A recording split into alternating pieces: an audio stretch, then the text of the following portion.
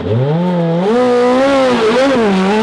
mean, normally on the straights, I'd always look in the mirrors, and I always have the mirrors set high, because as you look and do that, if you're in an open top car, the driver behind can see you move your head, so he'll know that you know he's there.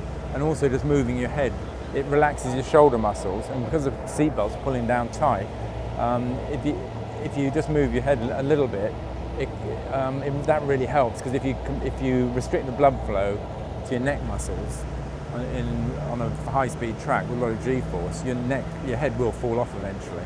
So keeping your neck muscles and your shoulders relaxed is important.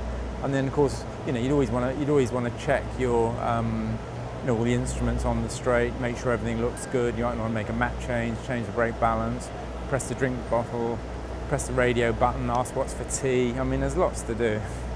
We were driving the Riley and Scott together, and the vibration in that from the slipstream when you were following another car, it was like sticking your head out the window of a 747. I mean, it was absolutely ridiculous. And it was a 24-hour race, and Andy said, "Look, James, I've just discovered if you actually duck down below the dashboard, it stops all the buffeting." I go, well, yes, Andy, but you can't see where you're going. He said, well, no, but you just look, and you go, that's all right.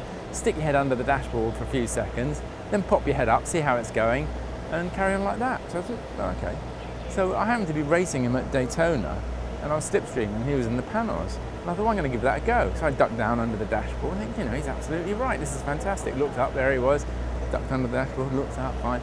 Anyway, this went on for a few laps. And then there was a yellow flag. And Andy, I was so close behind him, he didn't realise I was still there. And so he came across the start-finish line and just slowly lifted out the throttle. Unfortunately, I was still hiding under the dashboard. And so I hit him an almighty blow. He took off at like 180 miles an hour, spun through the air, and as the car started going backwards, the bodywork just exploded off it. Every single body panel came off, and there were bits and pieces everywhere.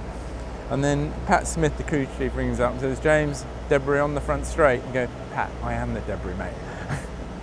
So I had to come in and have a new radiator put on the car.